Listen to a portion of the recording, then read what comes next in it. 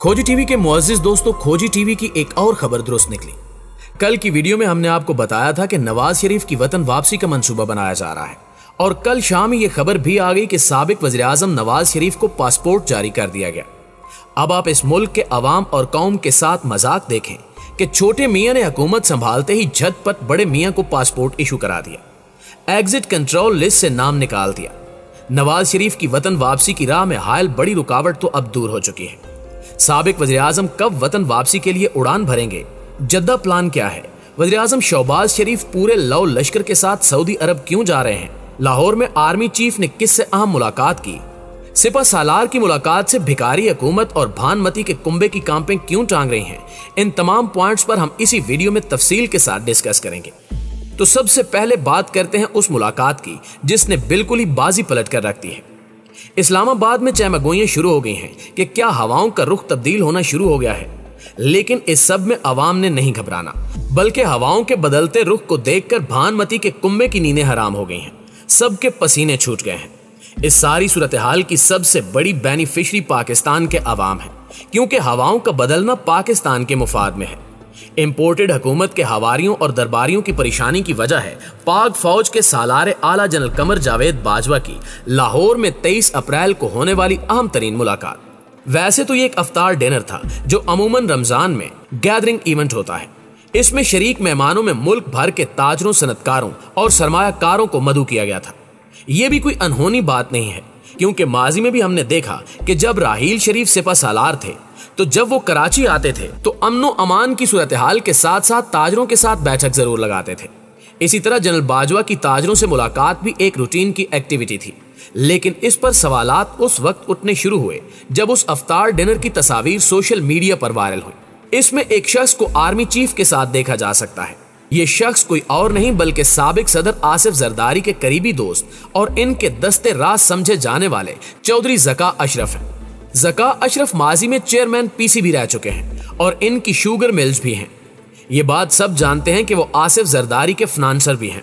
ऐसे में जब मुस्लिम लीग नून और पीपी दीगर इत्तेहादियों के साथ मिलकर हुकूमत बना चुकी हैं, उस वक्त में ज़का अशरफ का आर्मी चीफ से मिलना बहुत से सवालात को जन्म दे रहा है, क्योंकि ये तो सभी जानते हैं कि पीपी और मुस्लिम लीग नून सिर्फ और सिर्फ खान के बुग़्ज़ और नफरत में इकट्ठे हुए हैं, वरना पंजाब में पीपल्स पार्टी और मुस्लिम लीग नून के दरमियान तो समझे 36 का आंकड़ा है। अब ऐसे में साहिबान नजर समझते हैं कि ज़का अशरफ की मुलाकात दरअसल स्टैब्लिशमेंट और पीपी के दरमियान फासले कम करने और रवाबित बढ़ाने के लिए की गई है, ताकि मुस्तकबिल के सियासी मंजरनामे में पीपी को एकोमोडेट किया जाए। हालांकि पाक फौज की जानिब से वाज़े तौर पर कहा जा चुका है कि पाक फौज बिल्कुल न्यूट्रल है और वो किसी भी पार्टी की किसी किस्म की मदद, हिमायत या मुखालफत करने की पोजीशन में नहीं है। लेकिन इसके बावजूद मुफाहमत के बादशाह आसिफ जरदारी समझते हैं कि अगर पंजाब में एस्टैब्लिशमेंट ने पीपी पर हाथ रख दिया तो फिर वो सीटें निकालकर अगले सेटअप में काफ लीग और पीटीआई के धड़ों को साथ मिलाकर तख्ते लाहौर भी संभाल सकते हैं। पाकिस्तान की सियासत में पंजाब ही गेम चेंजर मंसूबा है। 1970 से अब तक जिस हुकूमत ने पंजाब में हुकूमत बनाई, उसी ने मरकज में भी इक्तिदार संभाला। खैर दोस्तों, 5 घंटे तवील उस बैठक में आर्मी चीफ से सवालात भी किए गए। मीटिंग में शरीक जराए ने खोजी टीवी को बताया कि आर्मी चीफ ने दो टोक अंदाज में कह दिया है कि अब फौज का बैसियत इदारा किसी सियासी जमात, हुकूमत या लीडर से कोई लेना देना नहीं है।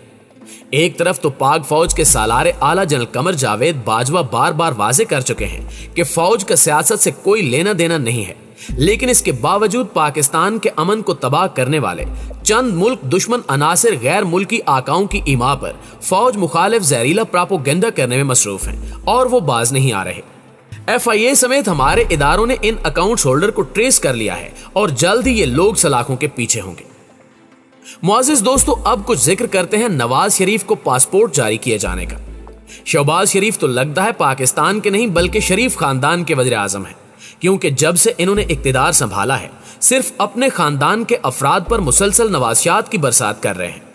बेटे हमजा शहबाज को वज़ीर आला बनवा दिया, अपना और समधी इज़ाक डार का नाम एग्जिट कंट्रोल लिस्ट से हटवा दिया, भतीजी के बैरूने मुल्क परवाज भरने के रास्ते में मौजूद रुकावट भी दूर करा दी, शायद खाकान अब्बासी और साद रफीक समेत 100 से ज्यादा मनपसंद हवारियों के नाम ECL से निकलवा दिए, रातों रात नवाज शरीफ को पासपोर्ट भी जारी करवा दिया।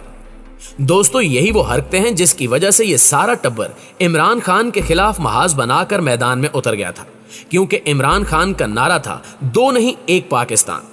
अब आप खुद अंदाजा लगाएं और दिल पर हाथ रखकर बताएं कि क्या किसी आम पाकिस्तानी को यह सहूलत हासिल है कि इसे अचानक बल्कि झटपट पासपोर्ट मिल जाए।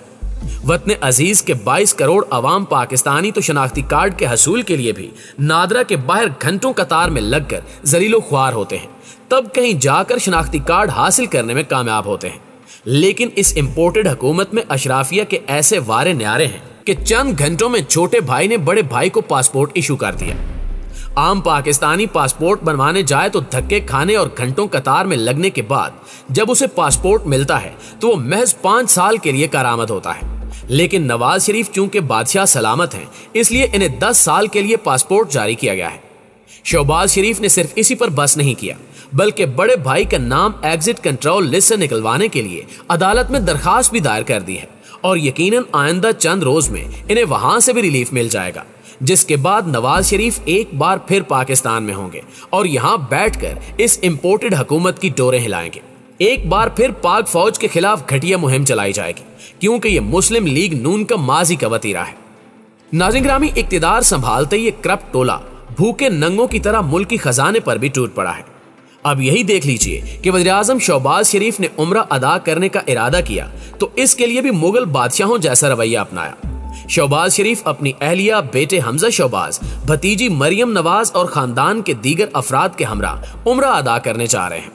सिर्फ यही नहीं, बल्कि मौलाना फजल रहमान, MQM के खालिद मकबूल सदीकी, अलीम खान और जहांगीर तरीन ग्रुप समेत मुतअद्दिद रहनुमा भी शहबाज शरीफ के हमरा हिजाज़ मुकद्दस पहुंचेंगे।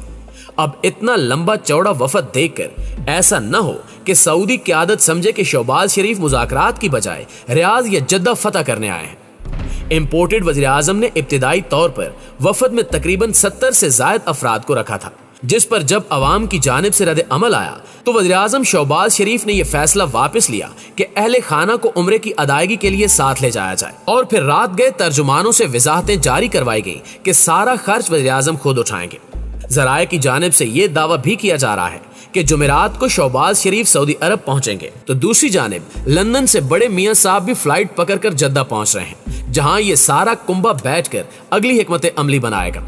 ज़राए का कहना है कि ईद के बाद तहरीके इंसाफ के लॉन्ग मार्च से निमटने की स्ट्रैटेजी भी फाइनल की जाएगी। राना सनाउल्लाह एक मीटिंग में शहबाज शरीफ को यकीन दहानी करा चुके हैं कि इन्हें फिक्र करने की हरगिज़ जरूरत नहीं है। अगर PTI ने शहर इक्तिदार का रुख किया तो इनसे सख्ती से निपटा जाएगा।